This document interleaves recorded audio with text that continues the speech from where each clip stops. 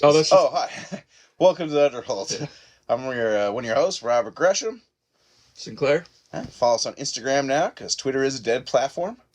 Well, unless you're a reporter. Yeah, unless over, all the reporters learned to code, right? YouTube castle right there. Today we're fighting quarantine. Yeah. To talk about the new Disney movie. I guess that's where we're gonna put it. The New Mutants.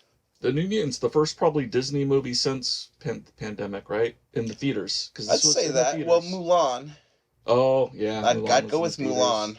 And this was like a week after Mulan, I want to say. I think so. Yeah, after all that time, years and years and years waiting for this movie, did it deliver? Well, find out today.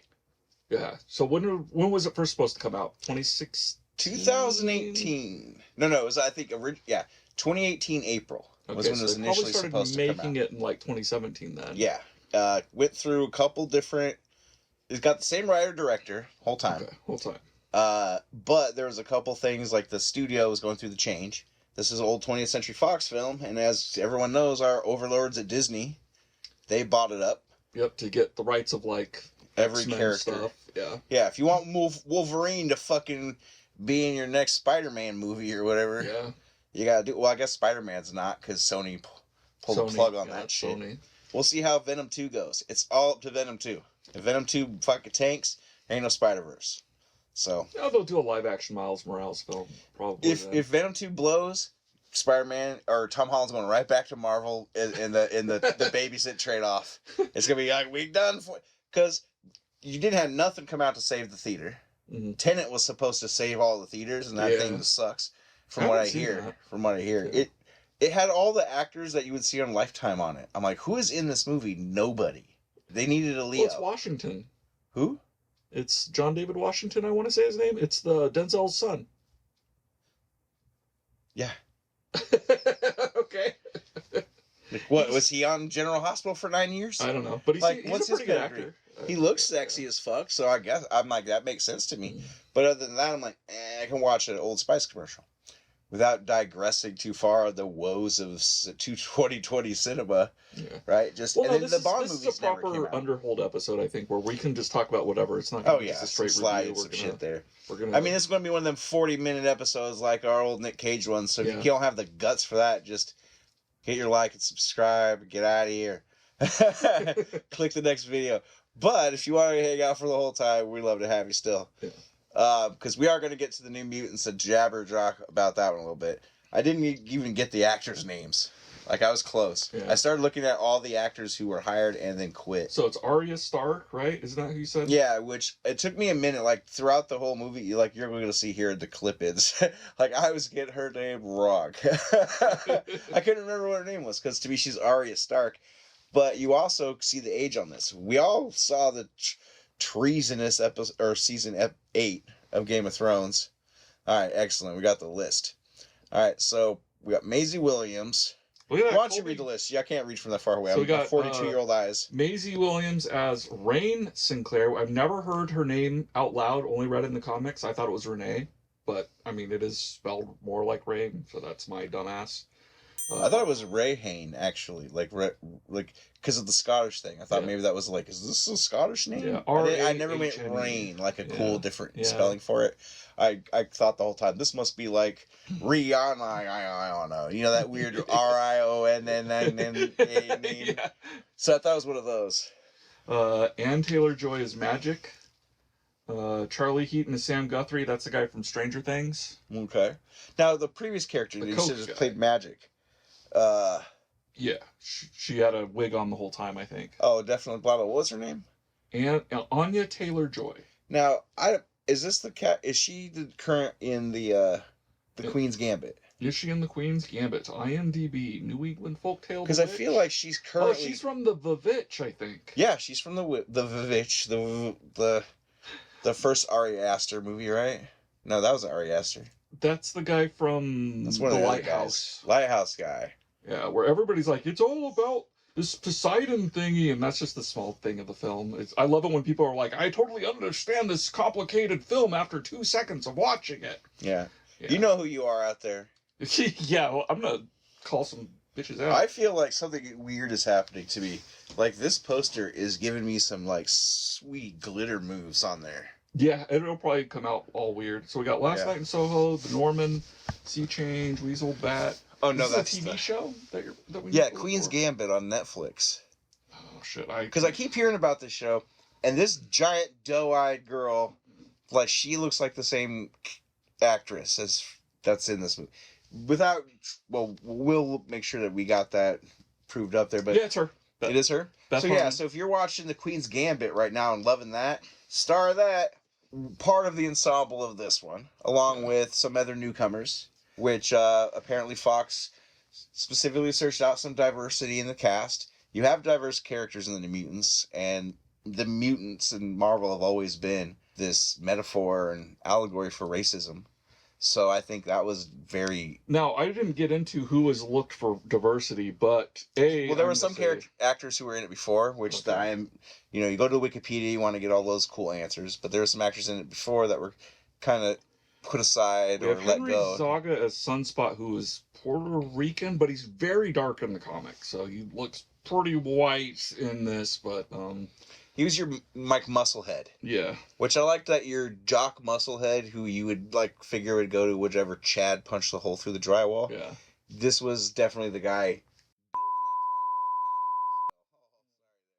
Blue Hunt is Danielle Moonstar.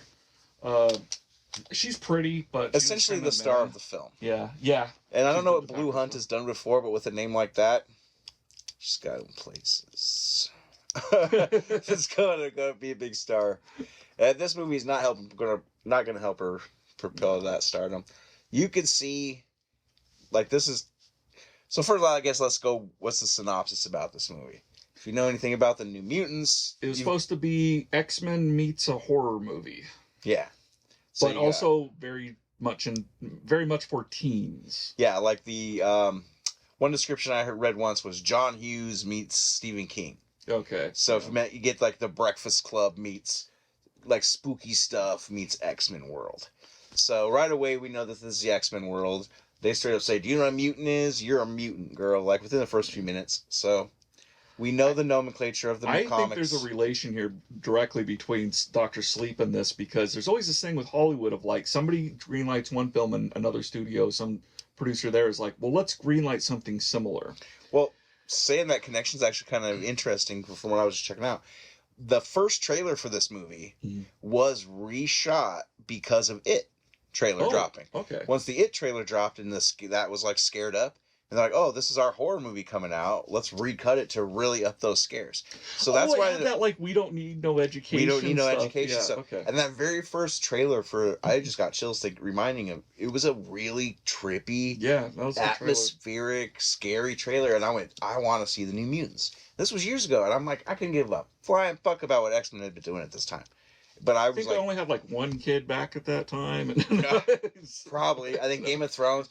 You can tell watching the movie how young Maisie Williams is. Seeing Game of Thrones season 8, you know that she is older. Mm-hmm. I think we got to see her tits in that one, right? But this, she is still probably 18 or 17 in some shots. They claim there's no reshoots, but I don't think that's true. There's stuff that seems... There's a tonal shift. And photography-wise different. Okay. Maybe I'm saying that, the word, how I want to phrase that differently, but color palette seems to really alter during some places. And I'm like, this would not... Oh, that could be color grading, because there's stuff where when the buyout happened, they were making the film, but they had to stop during the buyout, apparently. Yeah, Disney wanted... It's like that same old story you hear, producer gets fired, new producer doesn't want to greenlight that dude's shit or that lady's shit because they don't want to give that person credit after they just canned them. Mm-hmm. So you only want new stuff. And it's that ego-driven crap that Hollywood's been about forever, even in big movies or stuff we're looking forward to. So they needed enough of their fingerprints on it to get the credit? It needed to change enough to where it was now a Disney movie. Okay. And when Disney got it, Disney didn't want a horror movie. Fox was all about it. Okay. Fox was a horror movie? Fuck yeah. Mm-hmm. They thought it was a great idea to take the X-Men franchise in a new direction. This cat, Josh Boone, am I saying that right? Yeah, the director. Sure we'll fix that right here if I'm saying it wrong. He pitched a whole 3-movie series to him.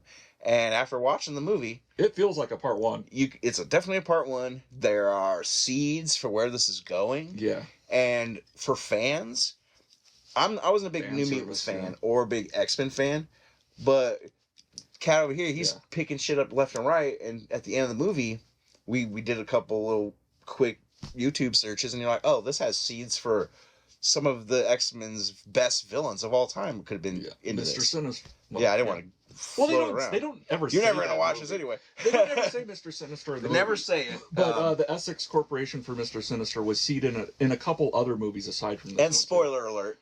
So we'll give that out. Don't let them ruin your life. Because a big point of this movie, you get these young mutant kids. They're all at a hospital, like a mental hospital. Yeah. And they're given the impression that they're being tested for their powers to get ready to become X-Men. Which is the original New Mutant storyline, kind of. Kind of, yeah. So if you're a fan of that, you're like, okay, that makes sense. But there's something a little off here. And the first thing that's off is the staffing of the hospital. Like the staff person. Yeah, there was one doctor in this hospital. This Dr. Reyes, right? And she's played by the same actress who was in Logan and delivered X-23 to Logan in the beginning. I got the money, here, take this kid. I thought there might have been a connection there, and there's footage from Logan in the movie, but spoiler, this doctor gets whacked here. How does she die in Logan too? Unless we just found her mutant power. Something sinister's going on here. Flashing Mrs. Sinister. 80s, the old I X-Men need to cartoon. find like the worst drawing of Mr. Sinister. Oh, no. I think. Yeah. No, don't get don't get someone that's got like a. Who was that bad act? The guy who drew like Captain America for a while. Rob Liefeld? No, it was Oh, I think I know. There was like McGinnis, Kelly McGinnis, maybe. There was a person right before the Mark Waid run who was kind of had some weird Captain America. Yeah, runs. it looked like those rescue hero figures. Oh, okay. I swear his name's like Kelly McGillis. It figures. Yeah, okay. Because he was popular for some reason. Yeah. I'm like, this shit looks like Ed McGinnis. Something McGinnis. We're gonna get there. Here, that big feet. Dude. They got giant dongs. So you see the shoe size on these cats. But so they set it up for fans, the New Mutants here. Like you got these 5 mutant kids, and one of them is just arriving at the school, a refugee from what she's told by the doctor, her entire village getting wiped, and her whole people. She's the Indian moon. Yeah, she's Lakota, Moonstar, and she's the excuse for the blonde white chick in the movie to make a lot of Indian Pocahontas jabs, magic, which are so old. I mean, she's a Russian, so poo ketchup anyway to her. They barely even mention that she's Russian. Yeah, it's like she's Russian Valley Girl. This is sister or niece or something. I think she's niece. Niece, yeah, because her character's name, like, you can write in the comments below how wrong we are about some of this stuff because we didn't research all of it. We're 40-year-old dudes watching this movie at 12 o'clock at night. What are you gonna do? That's what it is.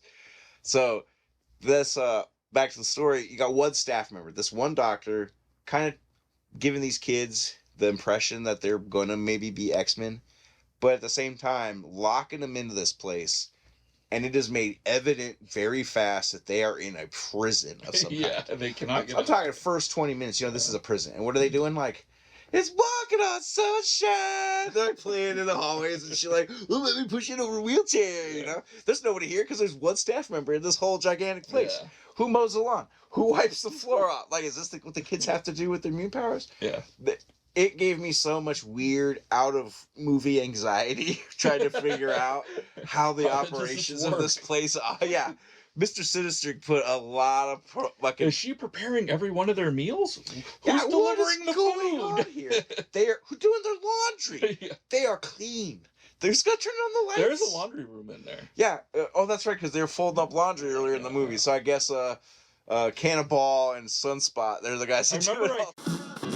But so you get the kids there. But sums up, there's a little kookiness going on in the mental institution that they're locked out in. Right away, you get the sense that something's creepy. And without knowing anything about the characters, you're not going to pick up very fast that, oh, this is, spoiler alert, kind of, because this gets dumped on you fast, because I think the movie doesn't give you credit in being able to pick that up. It just goes, hey, they're never going to figure this out. Mm-hmm. You're going to have to make a scene. Like, it even looks like a cut-in scene of the chick walking down the hall independently. Yeah. Hey, man, she fucking doing it. Like, there's a lot of exposition dumps in it. So, like, and some jump scares I don't feel are quite deserved. It's like all the scary of this movie was the jump scares, because the atmosphere was, you could tell it was sucked out of it like a fucking abortion.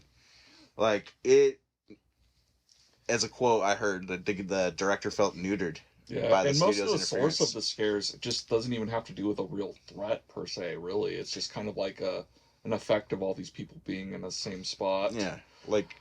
they tried to really go on an image of like a smiley face, what is it, Slenderman type Slenderman of thing. You got, and I think that was a terrifying image. It's a decent image. I think that's also part of the play for younger teens and stuff, because it does have that. I can see why those girls stabbed that other girl not to get that fucking guy to come in the house. It made me think of like Truth or Dare. You know, the Truth or Dare always had that shitty, really, that weird, really movie. Had exaggerated grin. Yeah, which is an easy, really dumb effect, but was effective. And I'm actually hearing that this is a part of our horror movies broadening culturally, actually, right now, because one of the, like, we were just talking about this before when we were checking out some Indonesian movies. Different movies in Asia, they're putting their mythology and some of their a lot of the cultural scary folklore into their horror movies. And Japan has one, and this has been a long time, and I think we're going to get this character here because of these wide-mouthed monsters we're getting. It's a wide-mouthed lady, and in Japan, she wears the mask, because, it's culturally polite over there. It has been for a lot longer than over here to wear a mask going out in public. And in the stories, you would find this woman, and she would be wearing the mask, and she'd be like, "Do you think I'm pretty?" And if you answered like, "Well, yeah," she'd be pull off her mask, and you'd see this fucking ear-to-ear grin with like all the venom teeth, and she's like, "Do you still think I'm pretty?" Because Japanese people got weird, like the spiral stuff, like Junji Ito stuff. Yeah, okay. Yeah, like it definitely has that kind of jump. Oh my god. And I think now that we're getting over here in America with our masks a little bit more, and we're seeing this wide-mouthed ghost creature showing up more, I think it's an influence. Yeah. So I'm going to go out on a limb and say that part for why we're seeing more wide-mouthed, scary. That's one of the more effective things of the film, is that image. Yeah. Now, I will say, spoiler, there's not much point in it looking that way. Yeah, because there's no reason. Yeah, but it is the most visceral scare thing that will stick in your head, so it's better to have it than to not. Yeah, it's like every good horror movie needs its good slasher. Yeah, and this movie inadvertently creates a badass looking slasher. I think a fucking slasher that looks like he just walked out of a Miami club after doing. It looks like out of, he has the popped collar, or the long collar. Yeah, it's like black silk. Yeah. He's got fucking neck tats and chest tats that are like they're cult symbols of some kind. Yeah. But he just looks like he's just straight up gangster, like Slenderman on 9 rails of coke is what it looked like. It's like Slenderman in Miami. It was fucking funny. But you find out like this scary monster is actually just a projection of Blue Ivy. No, that's not her name. This is a projection of Blue Ivy's someone's kid, right? Yeah. Anyway, Blue Ivy. Probably a cruise kid or something. I have the we'll have to look it up. Of the parents of Blue Ivy in my head. Oh my god, is it Beyonce? Jay-Z, yeah, yes. We're that old. I'm like, is it Jay-Z? Is it that young rapper Jay-Z who's just hit the scene? That New York guy, right? I heard he's pretty hip. That Beyonce could be somebody someday. Beehive somebody. No, wait. So we get the kids together. They've got their powers kind of fluctuating. The Moonbeam, her it's her first name. I keep forgetting that. So Danny, her powers are what's causing all of the nightmares of these traumatized new mutants to come alive and re-torture them. Mm. And it's nice to have a comic book movie that has a localized threat instead of the world is ending threat. We have to stop the ghosts or whatever from destroying New York. Like, this was just, we gotta get our shit together or we're gonna die if we don't learn how to control our powers. And this group, or this doctor who is pretending to be part of the X-Men and prepping us, really isn't. And we learned that pretty early on. Yeah. So that it goes like, no, the only peril is the getting Moonbeam to knock the shit off, right? And then that's the whole end climax too. Like, wake up, so we're safe. Yeah. You know? But at least it didn't have the ending of the big character going against a person who's exactly the same as them, but bigger. Does that make sense? Yeah. Like the Hulk versus the Abomination, or Iron Man versus bigger Iron Man. Yeah, like this had gigantic demon bear. It didn't even necessarily have all the good guys against a bunch of minions. Yeah, there was the like minions were essentially their dreams. You could almost call the smiley face guys minions, but that weren't used in that way that usually a superhero film will use them. They were more like a. They did feel like more terrifying to the good guys than. And not a threat. Minions. Yeah. Like ultimately, while I thought they were badass and scary, they were not threatening because even when they got close to you, that's when they would just like, hey, you want some cocaine? They would just laugh and make scary faces. Yeah. And like, Wolfsbane was more dangerous than those dudes' claws. So that chick was pretty good. So. The depiction of I thought the mutants were good in some places, limited by their special effects. Rain, Wolfsbane, I thought was the best depiction, probably followed by Magic. Yeah, everybody else. I dug Magic. I think it's because that actress who we just starred the Queen's Gambit. She's obviously good. Cannonball bugged the fuck out of me. Yeah, he went a little bit overboard on his accent. Which he has a crazy accent in the comics, so it's a little hard to fault that. But I'm just like, it's just Stranger Things dude trying to be Daryl Dixon. Yeah, he's Daryl Dixon off Wish. Yeah, yeah. Like he definitely read like 2 comics and went, "Oh, this guy has a hard accent." Yeah. Not realizing that comic book writers are all from New York and all sound like fucking spaghetti dishes, and so. They think that everyone from New York has the weirdest accent. Yeah. So they write them like fools. Like what we were talking about earlier, Gambit and Rogue. Yeah, like, so Gambit, he'll say Mon Ami every line, and then Rogue will say Sugar every line. Yeah, it's that's their way of being diverse, I guess. Yeah, like, see, look, I'm French because I say Mon Ami and blah, blah, blah. Yeah. And I'm like, I've seen some Louisiana guys, and they don't talk that nice. They talk like grumbled up gremlins, they're sitting in the X mansion. They wake up in the morning, and she's supposed to be Southern Belle. Gambit's like, "Would you like some gumbo for breakfast?" And you're like, "What the fuck?" Now, why are you eating gumbo? And she'd be like, sugar. Right, like the oldest waitress that's ever ran Gumbo a diner. Cereal. That cereal. That would have worked better. Yeah. Yeah, that's what you do. I do declare this some gumbo cereal. Mon Ami, Sherry. Let me put my Gambit finger in it. It's all sparkly. So, like, they don't know how to write people of diversity. We give them accents. It's terrible. And the South is gonna be ridiculed the hardest because you can draw that so deep, and that's what Cannonball, whatever fucking guy's name was, that's what he does so bad that we didn't even know he talked like that until halfway through the movie. I think it's like halfway into the movie is his first like full line, and I was literally like, what the fuck? Scared him. Like I felt like he got shocked by a stingray. Like that's gonna clip right into you going, what the fuck he just said? Like we should give some pauses for you to edit those things in. I can edit it. But so not everybody was playing their A game here. Like this movie clearly got made because Maisie Williams it was their star power going into it. They got a Game of Thrones actress. Fox had just scored Sophie Turner for Dark Phoenix or the one before that, so she got to play Jean Grey twice.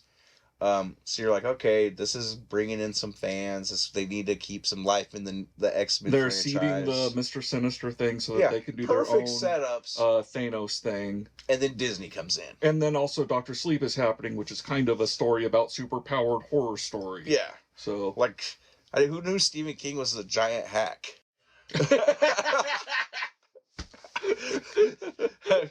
Who knew? But yeah, going into this, he's like, Disney, as soon as they bought out Fox, they looked at this movie and went, we want that sparkly, colorful Disney, because this is what we're now going to call a legacy Marvel film. Oh, okay. And because that's what they get. If you go on to Disney Plus. Oh, Disney Plus, that's what, yeah. You'll see all their legacy Marvel films. And then it's like, okay, even though these are Fox movies, when are they going to put Blade in there? I see that vampire getting head right at the beginning. Who owns Blade? New Line Cinemas. Oh, who owns New Line? New Line, I think, is Time Warner, division of Time Warner Company. Ooh, HBO Max. Yeah. So we'll look that up for sure, because I don't know, Harvey Weinstein and all that blew up the world. Who knows who owns what now over there? Is there any outside shot of Wesley Snipes appearing on Blade? No. It's, okay. Pretty sure it wouldn't be. Dude who was the star of True Detective Season 3. It's named like Marcelli, something like that. You can edit Ray Shawshank there, so just edit that out. So, because that is not acceptable. But, yeah, he's a new Blade. He's going to be cool. Yeah, I think he was the bad guy. I think he played Coppermouth in Luke Cage. Oh, okay. So, which that was pretty cool. I liked Luke Cage, but that was another one that went tonally off on me. Mm-hmm. So, what are you gonna do? Comic books. I think sometimes you gotta stick to one tone in comics and forget that it's a comic book movie and make a movie. And don't be like, it's a comic. Fuck off. You're like, no, it's the tonal shift is like horror movie, third act adventure. Yeah, third act regular X-Men movie. Yeah, and I would say late third act even. Yeah, like the finale. Yeah. Like it's once they're like, she's fucking good, she's in trouble, dun dun dun dun, and that's when the Buffy theme kicks on, the Buffy battle theme kicks on, and the team gets together, and just goes after them, and then and it's hard to place the movie too, which is kind of interesting because there's stuff like there is Buffy the Vampire Slayer on DVD playing in the movie a couple times. Yeah, so we were trying to guess. There's CRT TVs. There's no cell phones. No one even talks about a cell phone that I remember. Yeah. And the computers, if I remember right, too, were kind of old school. Yeah, it had that. I don't remember seeing a single flat panel. It had that old like military look to it, like that you would see in the old action movies. So you couldn't quite tell, is this supposed to be an old facility, or is this supposed to take place like in the 90s? Yeah. We have much more we want to say about it? Other than not remembering a lot of the actors and the actresses' names right off the hand, like there's at least one star that's coming out of this, not necessarily Maisie Williams, but Queen's Gambit chick, who, when you said the name, I'm like, yeah, I'm not going to remember that. She does a very good job in it. A lot of other people phone it in. Yeah. And their diversity hires, which that's not just me saying that to be some shitty old white dude. That's literally what Fox demanded. I'm wondering they wanted some diversity. Specifically the diversity hire. Sunspot. Okay. And the main character of Moving. Danny's okay. Sunspot, I'm like, blah. Matter of fact, the effects. Let's talk about the effects a bit. Yeah, there you go. Because I say the effects I'd like to finish off with, and then just Did we ever fucking finish the credits? Yeah. And there was no end credit scene, huh? No. Yeah, they didn't even have an end credit scene. Slip number one. That's got to be the third failure of this film. But a comic book movie, I guess there's a small possibility we didn't watch the credits, but I remember we tried to at least. No, I remember now it kicking back on. I remember it kicking back onto the DVD menu screen. So yeah, special effects were... How do you want to start? Sunspot at first did not look good. It just looked like like our first introduction to his characters. Special effects were bad. After that, it looked better because he had more of a charcoal look to him. It was more finalized, and I don't know if you think maybe they were trying to get him used to that look, so that you're like, now that you're good and heated up, you're charcoaled and hot. Because it might have been like his character was reluctant to want to use the power because he killed every one of them had a trauma related to using their power. Yeah. Cannonball fucking killed all his coal miner family members in West Virginia while they were all on meth or whatever. Did he kill them? That's like what I got from it. Okay. Yeah, it was that his power went off while they were all down there and collapsed the mine. Okay. And I'm like, it's coal miners. Like, that's a dead job anyway. They were going. All I did was save a bunch of hospital bills, open up Corona beds. You know, he's helping out with the current climate. So he killed his family. You get Magic, who I wish, like, while one of the brighter points of the movie, because, like, you could tell, like, she has the charisma because she's a better actress and just more magnetic, that this is where the movie probably should have been built around, story-wise, because there's more to work with there. The horror element of bringing in the other character would have been so much better if it was not the main character focus. Because it's the main character, of course it's her fucking problem. Yeah. Right? It's so telegraphed. Oh, what could be going on? But if they had, like, one or two people... And if you know the comic book at all of a sudden you're really like, this mystery is not a mystery at all. You know right off the bat what's going on. Yeah. They do kind of sell it a little bit as a mystery of, like, what are the weird stuff going on when people are having these visions in the hospital and scares. So if you know Danny Moonstar. Yeah, and her power in the movie, is it Mirage? Is that her name? Ooh, maybe that is what they call her. So I think that's her power. And so if you know the character's powers and all that going in, you're like, oh, that's what's going on. And then if you don't know that, I don't think the film thought you were going to figure it out. Yeah. And so straight up Rasputin comes in. What was her first name? Ilyana. Yeah, I was like, that sounds like a Donald Trump girlfriend. Yeah. But Rasputin comes in straight up and goes, oh, it's her powers doing it, burka. And everyone's like, what? No. Of course, and that's, of course, what it is later, right? But it's everybody's nightmares that are being brought out, or their traumas from their powers being slowly discovered throughout their lives. These monsters are what are used as these fear henchmen the whole time, leading up to the finale. And that's where the special effects comes in. So you got Sunspot's firepower. Yeah. Gets better as it goes on. Cannonball's very first time out looked really bad. That's our first big special effect, is Cannonball shooting around in the air. And, you know, Cannonball's supposed to be like top half, you see his body. Bottom half Cyclone, is kind of like energy, and then like kind of energy around his body, like protecting him. Yeah. This, at first, the first shot is just... It looked like effects. The Flash from the Flash show running around. You didn't even really see his body. It was just a light effect, basically. Yeah. It didn't look good. It was the first groan. Going, because I remember Sinclair going like, that didn't look good. Here's probably him right here saying it. And then when we get to Sunspot, which is our next big special effect, you're like, okay, this ain't going on. Right. Now, Rasputin, she's got like Witchblade arm. Yeah. I didn't know that was her power at all. I'm like, oh, okay. Makes Witchblade feel more suspect to me, knowing that there was another witch, like literal witch character that has a metal arm and sword that appears. I don't know if her power was ever too explicit aside from teleporting, but she ended up like teleporting herself into the limbo dimension, and everything else came from. And now she's got a stuffed animal of Lockheed, which is another classic character, but and for some reason, that was a neat little way to have the stuffed animal version of it. I'm like, okay, I could see bringing him. Let's try to ground this a little bit, and then as these special effects continue on, we get Wolfsbane finally. Actually, and I think one of the better parts of the movie, character wise, is that they start to develop a cool little relationship between Wolfsbane and Moonbeam. Yes, and I think, and it comes apart so natural. That I mean, I make a comment here that's like, that's just when you swoop in like a vulture after like, oh, I heard your girlfriend just died, huh? Like, hey, what's up, baby? What's up? You know, so she felt a little bit like opportunistic, time wise. But it works. But, you know, like, it makes sense. There's only three other. Even if the girl there was a bitch, so of course she's hitting on the new one. Because Rasputin's going around the whole time. I kill like 18 men, like acting hard as fuck, and you're like, little Barbie doll bitch. Right? So you don't buy it. But so Wolfsbane gets a little bit pissed in the movie as her Moonbeam gets in peril, and then she starts to wolf out. And we're like, okay, special effects are kicking up a little bit here. Sunspot starts fighting again against some of these conjured up Slendermen.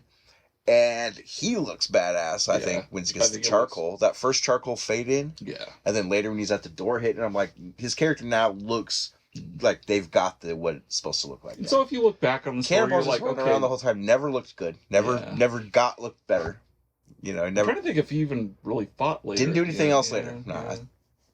I think he used his power to make something fall down or make the Slenderman fall down in the hallway. Yeah. But they're like imaginary and essentially non-threatening because they never even attacked. Like, the more I think about it, they chased you, but they didn't grab you. Would have been great if they actually grabbed up. And then we get to special effects on Rasputin. Like, she's got a pretty cool witchblade on. So I'm like, all right, they're kicking it up. Her badass sword, her sword from the comic looks awesome. Yeah.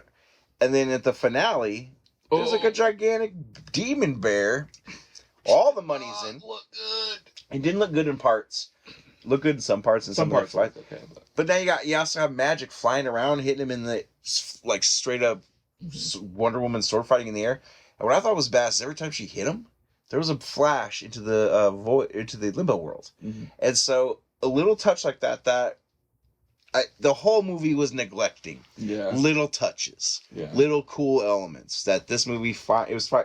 And now that she's in the limbo world with Power Lockheed's all super animated dragon. And the whole time, she's like, it would be cooler if it was a dragon. You know, and then boom. Well, I wasn't sure. I was kind of like, this is interesting. Doing a different take. But I was like, okay, but it was cool. They actually do have Lockheed proper in there by the end. So by the end, you got the team is formed. I'm not going to shit on the fact that they started out with a Lockheed hand puppet, because it is kind of an interesting idea. Yeah, it's like Lockheed's in that other dimension, so he actually gets pulled back from it, I'm guessing. Yeah. Because it looked like she was just, welcome back, old friend. Like this was part of our ruse the whole time. But she was far more interesting than Moonbeam. Mm-hmm. And I would follow that character because I'm like, damn, the limbo world, her sword, her cohort. She has a way cooler setup than the main character in the movie, who was like, she was in there for, like I said, just gives it away too much that she's got the power. That hashtag bring back Ilyana. Yeah, hashtag New Mutants, just one mutant. You know, the newest mutant. Call it something else. Rasputin's daughter. Oh, when they just do a reboot of the X-Men and they just start choosing characters from the X-Men universe, don't necessarily do like, these are the main ones. You know, just give us something else. We have too many broken Wolverine action figures laying around. We don't need Cyclops again. No Cyclops, ever. No Jean Grey, ever. We got those stories. We done them. All right? There's other chapters in there. Dig deeper, man. Mm-hmm. Chris Claremont's coming back to the X-Men. Go into finding him some of his stories. Like, you got a chance, dear Disney. You got the best franchise. Did they ever do Forge? Yeah, but shitty. He was in Days of Future Past. He's literally a character that walks around, doesn't have lines. Okay. Bishop, I mean, he's lame, but he looks cool. Yeah. Actually, I take that back. It's Bishop who I was thinking of. Forge is the Native American guy who can create anything. Mm-hmm. Yeah, I was thinking Bishop. Because, Warlock. What?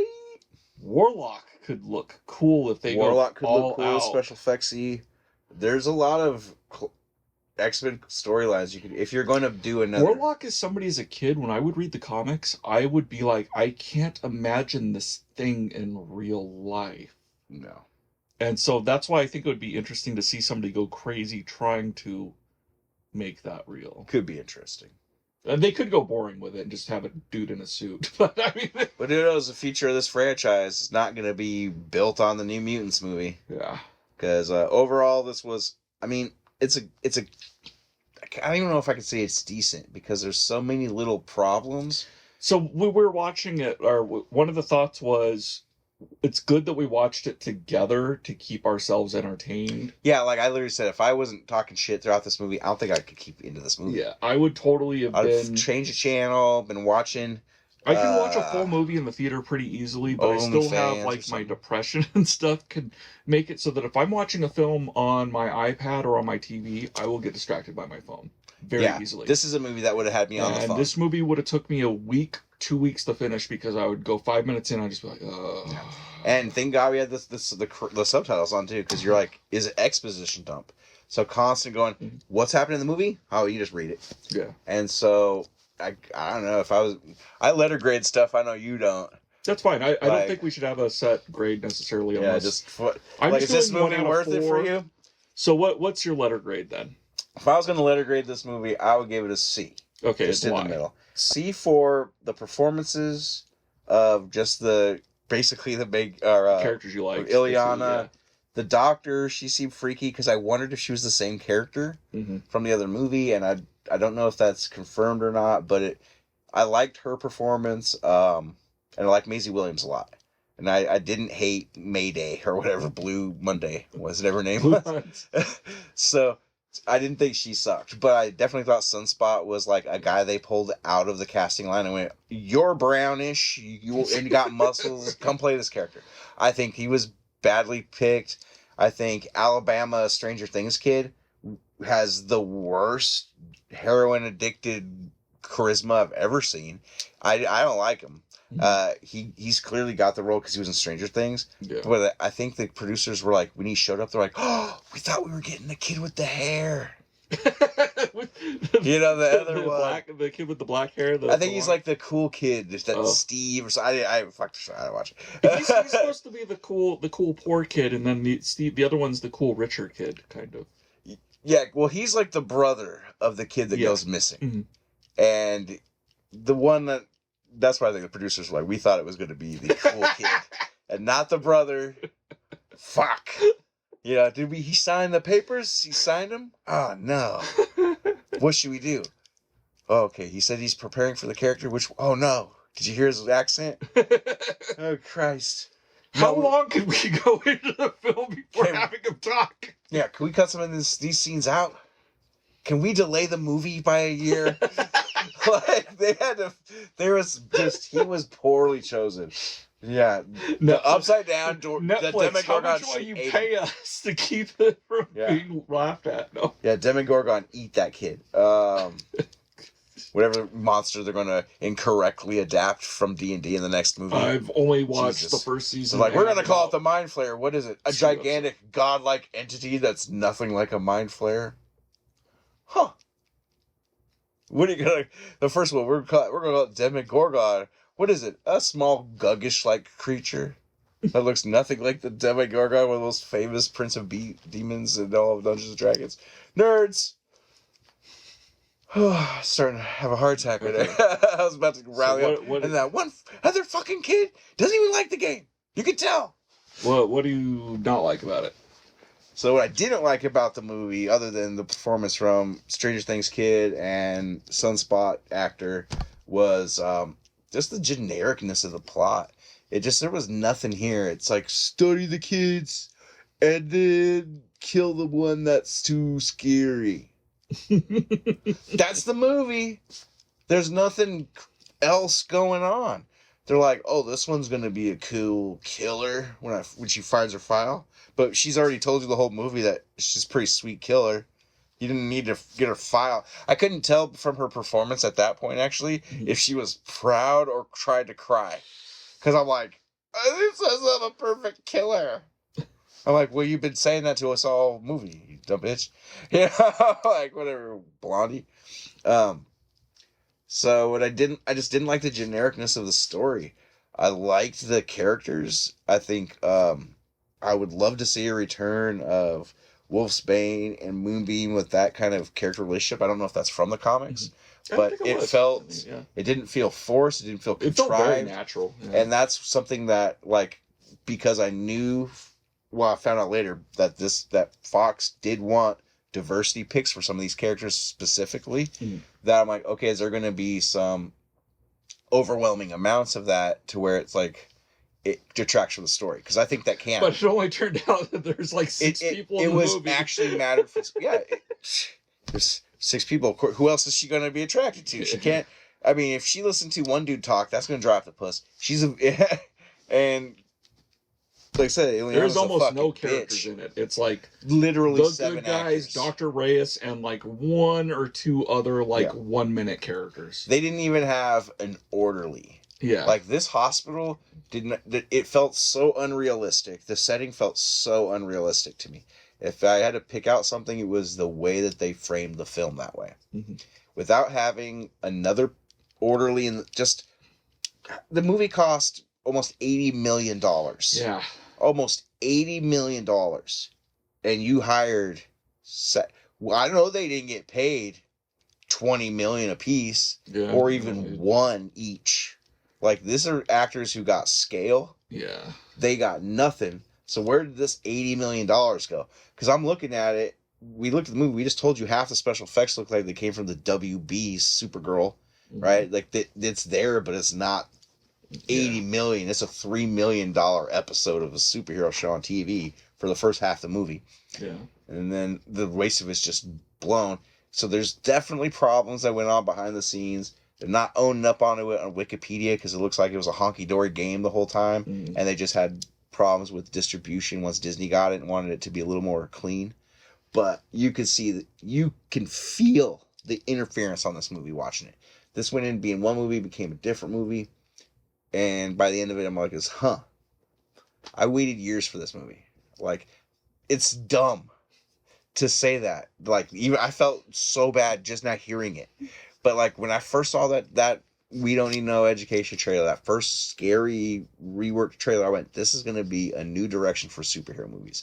This is going to take this tiring genre, this fast, just dumb genre that's like, I've heard Alan Moore says that's why we got Trump, was because we got into, it's because of the superhero movies, because the superhero movies rely on a savior narrative, a one guy narrative. Come help us, superhero. So nobody does any shit for themselves. They just let one guy do it, and it becomes a non-neighborly, weak culture, And so I mean, some shows, I think even The Boys in kind of looks at that. One person watching the film was like, well, I liked you guys, but why'd you get political? Yeah, fuck it, man, we're out, you goddamn cucks. Look, I voted for the girl, so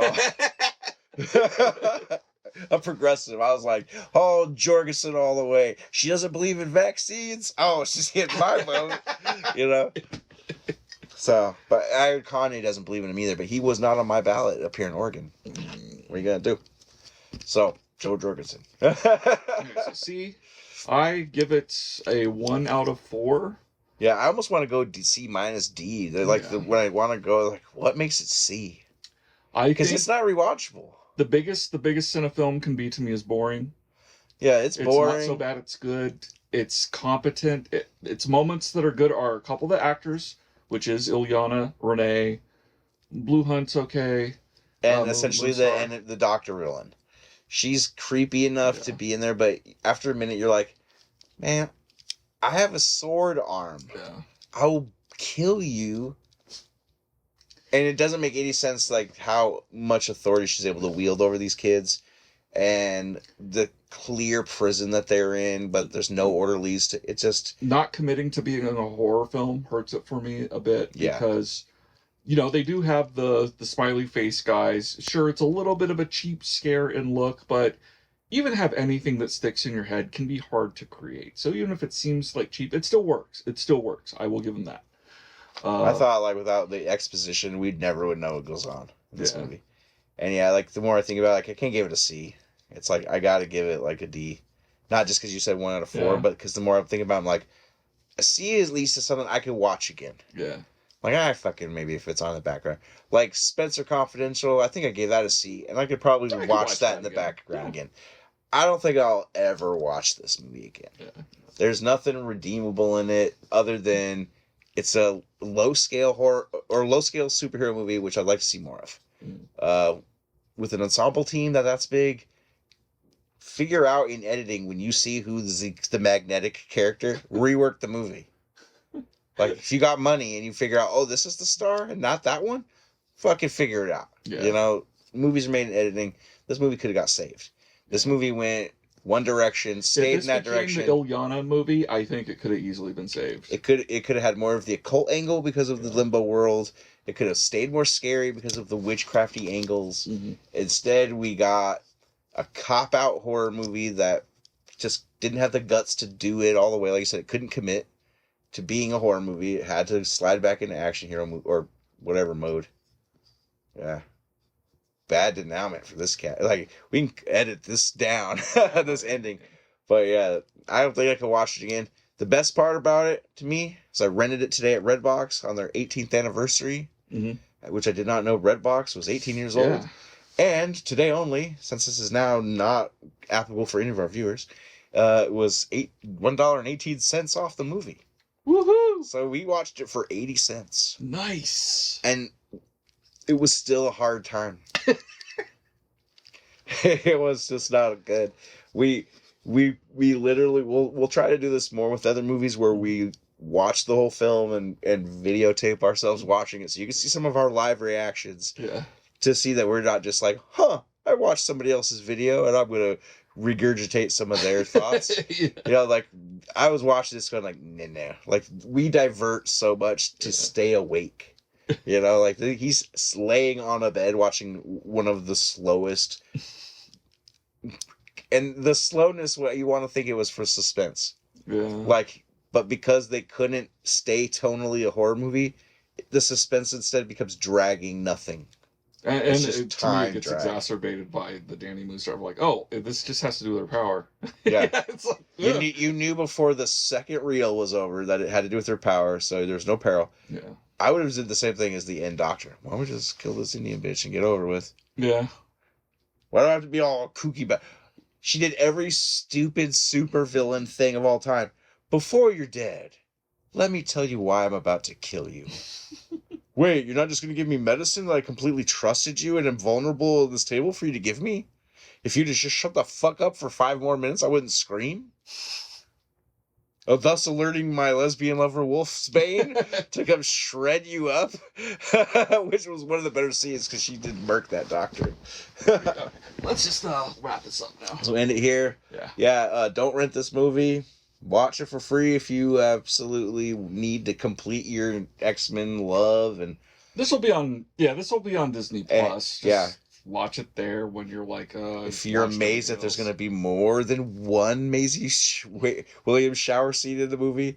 I get 1, but 2. So maybe that's one reason for some of you fucking weirdos out there to go get it. But yeah, stay far away from this thing. Avoid it. Maybe that's why they didn't give them reshoots. They're like, you're not filming another shower scene. No more money. Not for another shower scene. She's like, why? It cost me $20 million for that last one. She's very particular when shit goes wrong. See all them Kobe rings? You're like, I know where that money's at. So yeah, don't watch this movie.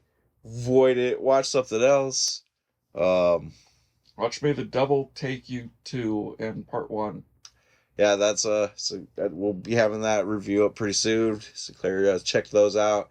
I've got some things coming your way soon too. So stay tuned for some exciting stuff from the Underworld. Yeah. Till let spoilers ruin your life. Peace.